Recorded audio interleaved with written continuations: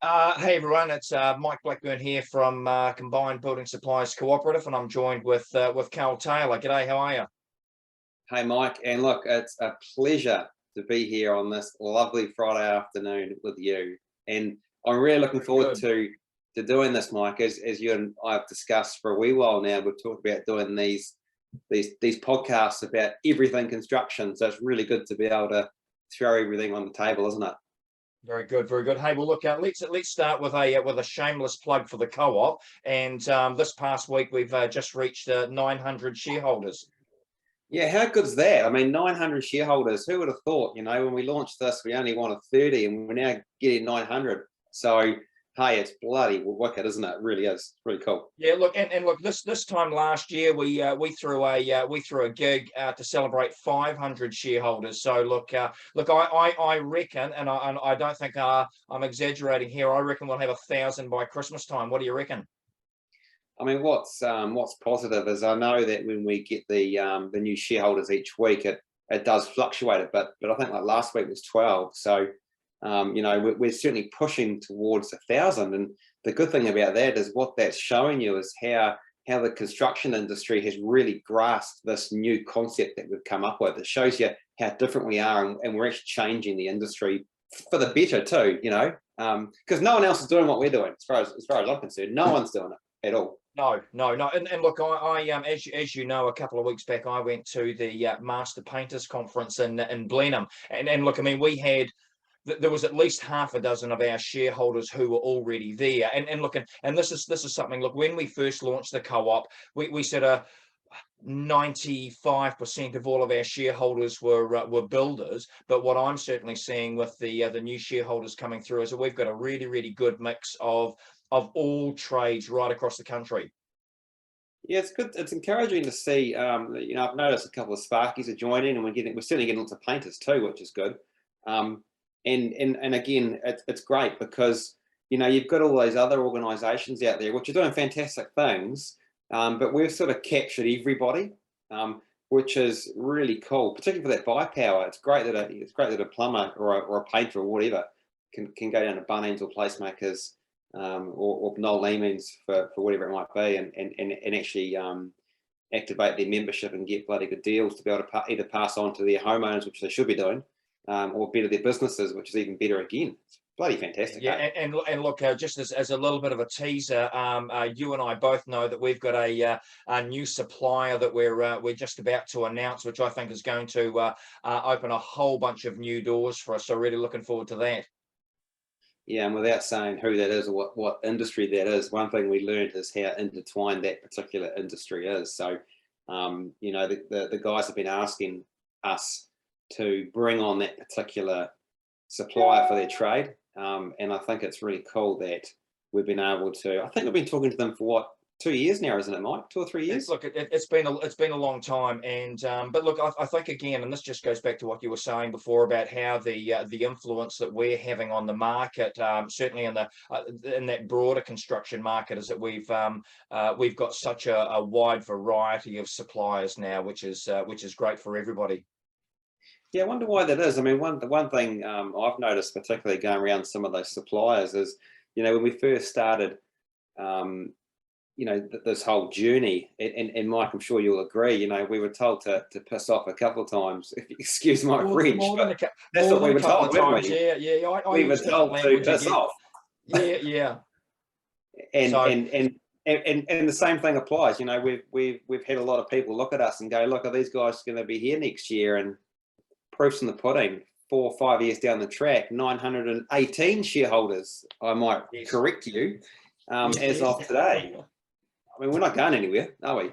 No. Look, and look, and that's another really good segue to talk briefly about the Cash app that we've just launched. And again, this has been something that we've been working on behind the scenes for quite some time. But look, you and I both know that a lot of our shareholders, our members, are smaller tradies. A lot of them are sole traders who don't necessarily have trade accounts with some of our suppliers. They really like to pay cash, and the ability to have a cash discount on your phone is certainly going to make access to our discounts just more available to more people.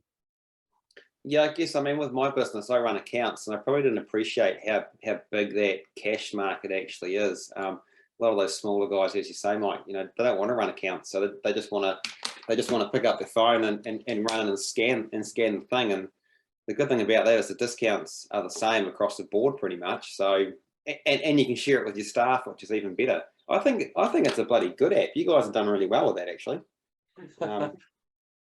Look, and the other thing too, and this is something that look, again, is work in progress, is that we are talking to a half a dozen other more retail based suppliers who you would probably never want to have a trade account with anyway, because it's just sort of more casual purchases. But obviously the idea with the Cash App there is that we can bring a much broader range of suppliers with discounts to our shareholders, which just improves the offering to everybody.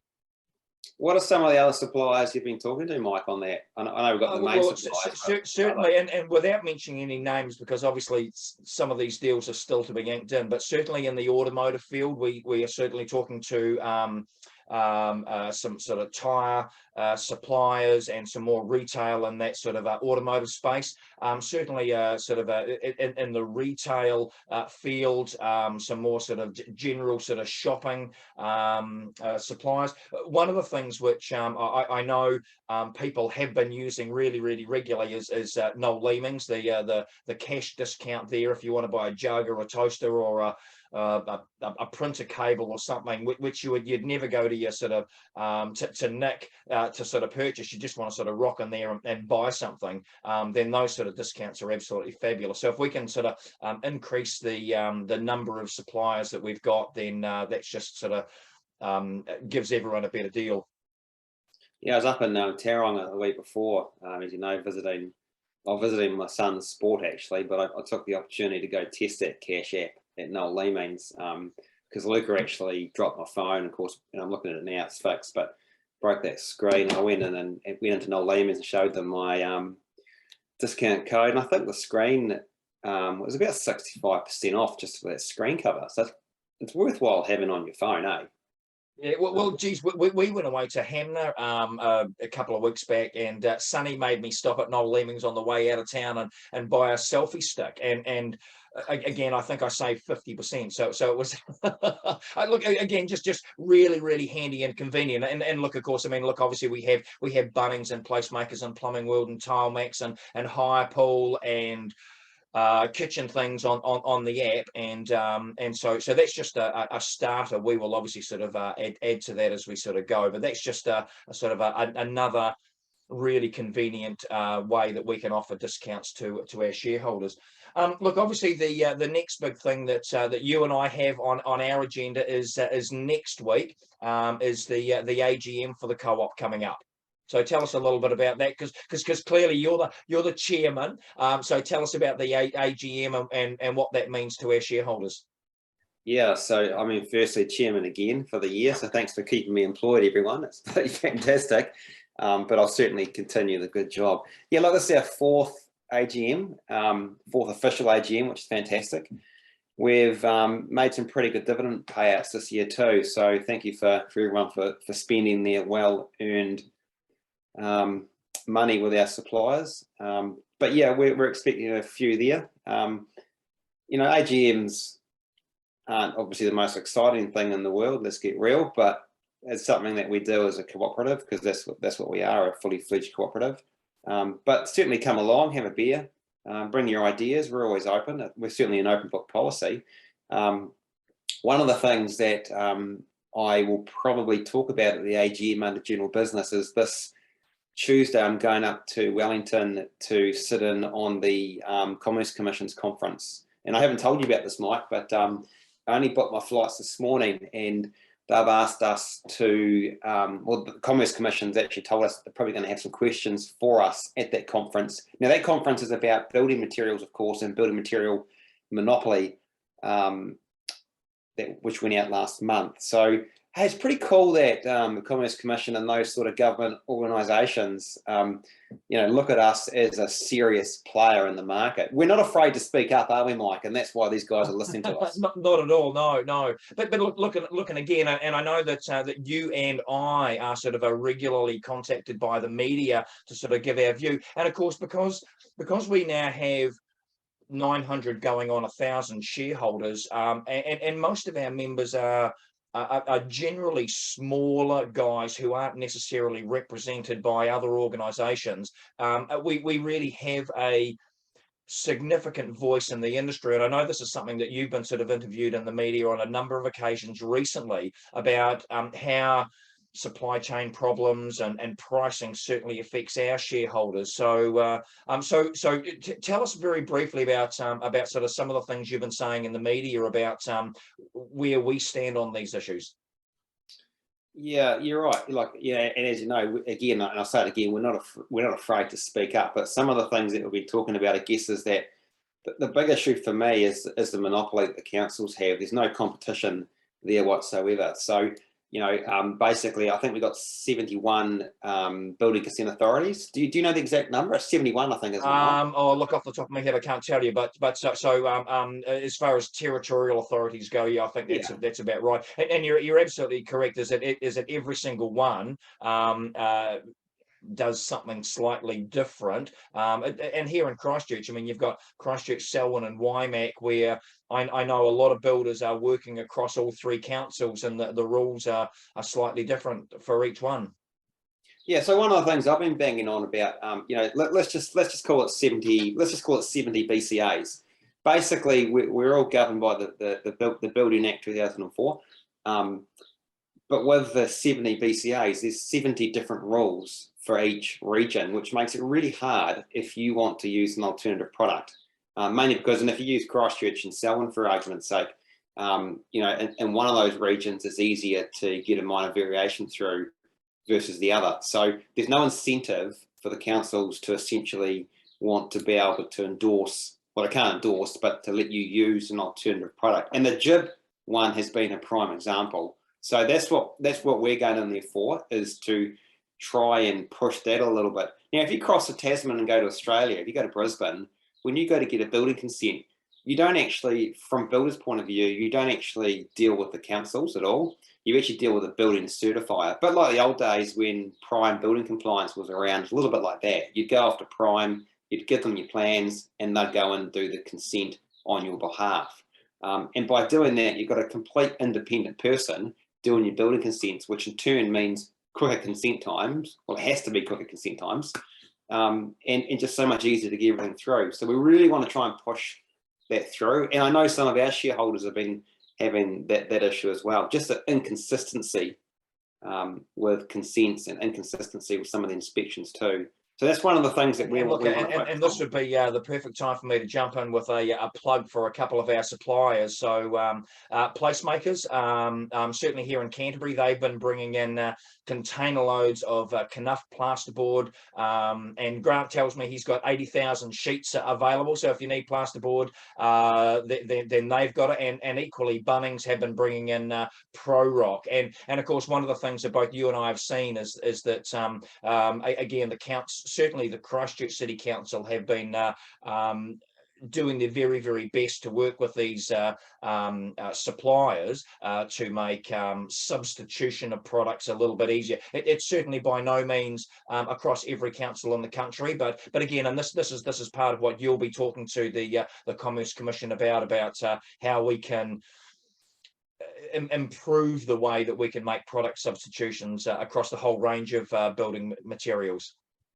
Yeah, well, talking about products substitution, I've actually just used Bunnings Pro Rock on 2 of our spec builds, and I must say, although we had to do the whole house out of 2.4 sheets, which the plasterer had a hell of a whinge, but he didn't charge us extra. So I thought I was going to be in for another $1,000 plastering and fixing. I must say the product's actually bloody good.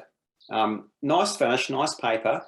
It's been on for about a month and a half now. We haven't seen any pops or anything like that. So okay, I've actually been pretty happy with the Pro Rock. It's been really good, and I will continue at the moment to use it, just because I can get it. Yeah. Look, and look, and here's another thing, and so what I want to talk about now is I want to talk about the importance of setting up trade accounts. I know we talked before about the Cash App, but obviously the thing that we obviously encourage all of our shareholders to do when they join is to talk to the key account managers for all of our suppliers and set up a trade account. So again, you've got a lot of experience in the construction industry as a builder. So tell us about your relationship with, or the key for having relationships with key account managers. Yeah, I mean, yeah, good point, Mike. Look, let's be honest, opening up accounts is a pain in the ass, but if you want the discount, you're just going to have to do it. Obviously, when we send out those welcome packs, there's all the information on who to contact, and it's really important that you actually follow those steps. We've had times where some shareholders have just rocked up to the suppliers and like that just doesn't work. You need to follow that welcome pack, open up the accounts, or at least if you're not going to open up an account, use the Cash App so people know who you are. But plain and simple, if you don't open up the account, you're not going to get the discount. One other thing to point on that, though, is more importantly, the rebate. The rebate is well, well, the rebate's even better. That's just a byproduct of the business, right? You know, I think it's just a matter of, again, contacting that rep, and the account will be open, because we've already done the hard work. We've told the suppliers every Tuesday who you guys are by email, so they will know who you are. You just can't rock up to the store expecting them to know who you are, and in some cases who we are, because they don't. So yeah, can't stress enough, get your accounts open with the right codes and you'll be away laughing. Yeah, and look again. The message is always, look, if you aren't quite sure what to do, and all the information is there on the welcome pack that we send out to all of our new shareholders, and equally in the chat that we sort of send out every couple of weeks. But look, I know that that we, the co-op, is always available to sort of answer your calls, whether you've got any questions about suppliers or opening accounts and bits and pieces. So the default position is always sort of come back to us if you do have any questions. Oh, exactly. Hey, so Mike, tell us about this this podcast. You and I have been talking about doing this for a wee while now, and something we haven't, or again, we've talked about it but haven't done it. I think we talked about doing this every couple of weeks. What do you reckon? Are we... Yeah. Look, we are, and look, I mean, over the course of a year, you and I and Ian sort of we do get around to various events and trip around the country. But obviously, the ability to sort of talk candidly about some of the things that we're up to, and some of the broader aspects of the construction industry that are going on, I think, to sort of to bring these things to the market, to our shareholders first and foremost, but obviously I'm hoping that sort of other members of the construction industry will look at this and understand that we actually do play an important part in the industry. So hopefully that if we can sort of do these things on a regular basis, we can sort of talk about a wide range of issues that are affecting the construction industry in general. Yeah, so it'd be fair to say, you know, Mike, if anyone had anything that they wanted us to talk about or look into, they could either flick us an email or text, or get hold of us on Facebook or social media or whatever, and we'll certainly look into your issues and have a discussion about it and do some research and what have you. That'd be fair to say, wouldn't it? Yeah, look, absolutely, and look, one of the other things that that we will look to do in coming weeks is maybe bring in some additional guest speakers. We might sort of bring in different suppliers from time to time to join us. I work quite closely with CoreLogic, and I know that they've got some really good information with regard to stats and numbers, and so maybe sort of bringing their economist on board just to sort of have a bit of a chat would be a great addition to just you and me talking. So yeah, I know. You can't expect everyone to listen to you and me banging on. But hey, that's brilliant, Mike. I think let's do that. And if everyone's keen for us to pop up on here every so often, we'll keep it a permanent gig. Fabulous. All right. Well, look, I think that's a really good place to end it for this week, Carl. So look, just I want to give another plug to the AGM and our suppliers get together. So that will be Friday, the 30th of September. So that's next Friday. So depending on when you're watching that, so we're having it at Christchurch at the Papanui Club. So the AGM is from 5 until 5:30. And then we'll be sort of having an open door for all of our suppliers and general guests from 5:30 onwards, and we're putting on a few drinks and nibbles. So I've sent out invitations to all of our suppliers, and but I'll be putting out a general email this afternoon to everyone else. But all of our shareholders have already been advised about the AGM, so hopefully we'll have a room full of people.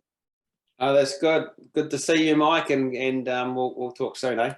Fabulous. All right, mate. Well, we'll catch up soon. Thanks, mate. No worries. Bye.